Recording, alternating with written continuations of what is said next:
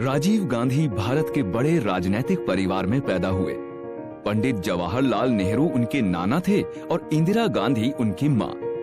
बचपन से ही घर में पॉलिटिक्स का माहौल भरपूर था, मगर राजीव गांधी का इंटरेस्ट कहीं और ही था। उनके क्लासमेट्स बताते हैं कि उनकी बुक शेल्व्स में पॉलिटिक्स, हिस्ट्री या फिर फिलॉसफी की किताबों की बजाय साइंस और इंजीनियरिंग की किताबें ज्यादा देखने को मिलती थी।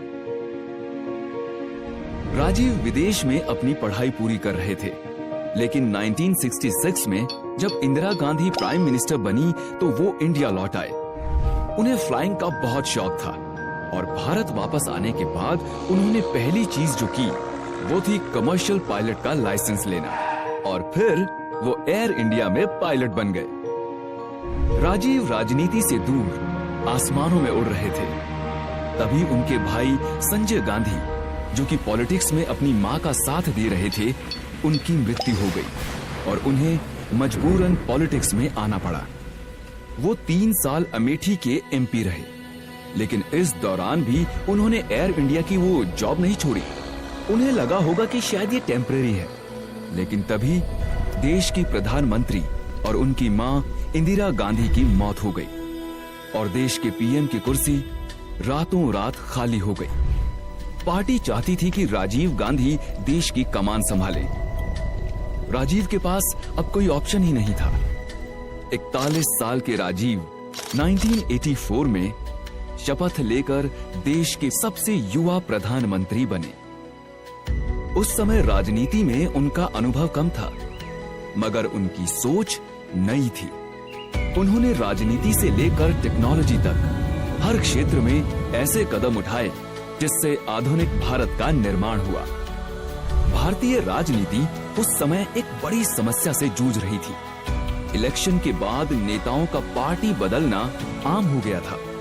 ऐसे दल बदलू नेताओं के लिए उस समय एक जुमला भी चला, जो था आया राम गया राम। इस चलन को रोकने के लिए राजीव एंटी डिफेक्शन लॉ लेकर आए। ये उनका बड़ा फैसला था। इस बिल के तहत कोई भी एमपी या एमएलए अगले इलेक्शन तक अपना दल बदल कर किसी दूसरी पार्टी में नहीं जा सकता था। इस दल बदल विरोधी कानून से देश में पॉलिटिकल स्टेबिलिटी कायम हुई। इलेक्शंस को लेकर ही उन्होंने एक और बड़ा फैसला लिया। देश के निर्माण में युवाओं की भागीदारी बढ़ाने के लिए उन्होंने वोटिंग एज 21 से घटाकर 18 साल कर दी। देश में डिजिटल क्रांति ऑफिशियली पिछले दशक में आई, लेकिन इसकी नींव राजीव गांधी ने कई साल पहले ही रख दी थी। उन्होंने सॉफ्टवेयर मेकर्स को इंडस्ट्री का दर्जा दिया, जिसके बाद वो बैंक से लोन लेकर बिजनेस शुरू कर सकते थे। जो रिफॉर्म्स राजीव गांधी ने सालों पहले किए, उसी वजह से आज इंडियन आईटी इंडस्ट्री का पूरे विश्व में बोलबाला है।